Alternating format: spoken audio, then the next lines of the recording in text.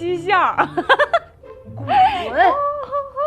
我警告你啊，我跟博士那就是同事，我们两个呢正好今天都没事儿，所以一起吃个便饭聊聊天。你不要东想西想的。哦，聊天啊，都聊什么了呀？从诗词歌赋到人生哲学。我靠，这些你也不会吧？对，我跟你说句实话啊，千万不要浪费了你的大好青春，用真人取代按摩棒。我就是你的按摩棒。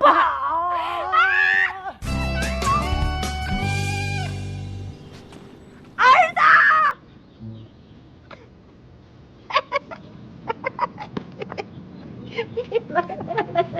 你说你怎么不打个招呼你就跑过来了？不打招呼来吗？你听我说，我跟你说啊，现在人家这电视里都说了，说这家里有老人不回家看，这算是犯罪。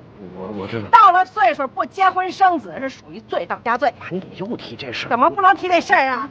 你工作忙，谁没工作呀？谁没工作呀？我这次我特意来这一趟，就是为了防止你罪上加罪。你等我这，你介绍个姑娘，你给妈怎么样？你说你这小文。哎，阿姨，你不好意思，小文，你仔细看看这我儿子，我跟你说过，就不爱说话，你这点不随我，一心扑在工作上。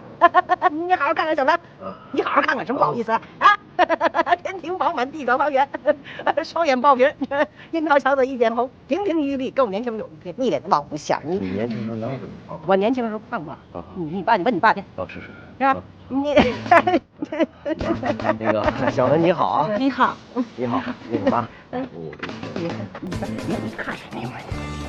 大屁股！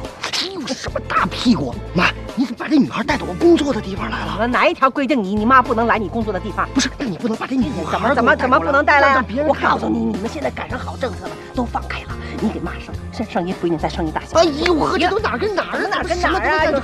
有什么区别啊？你这弄伺候这马伺候这么多年了，是不是？这马这左一窝右一窝的，你这一窝都不窝。哎，我跟你说，哎，我23生你，我今年我53了，让我等到什么时候家？你能拿这人和马比吗？怎么不能比？人是人，马是马，怎么不能比呀？有什么区别？我现在工作太忙了，我没有时间谈恋爱，我没有时间搞这种事。不用谈了，我就直接给你带来了，这一个步骤就可以省掉了。这什么？就把这步骤省掉？把这步骤省掉了，我们俩就直接生孩子？怎么了？你哪有这么回事？怎么这回事？怎么了？这回事我看挺好的，怎么了？你这亲我相不了，你就把这女孩给我带走。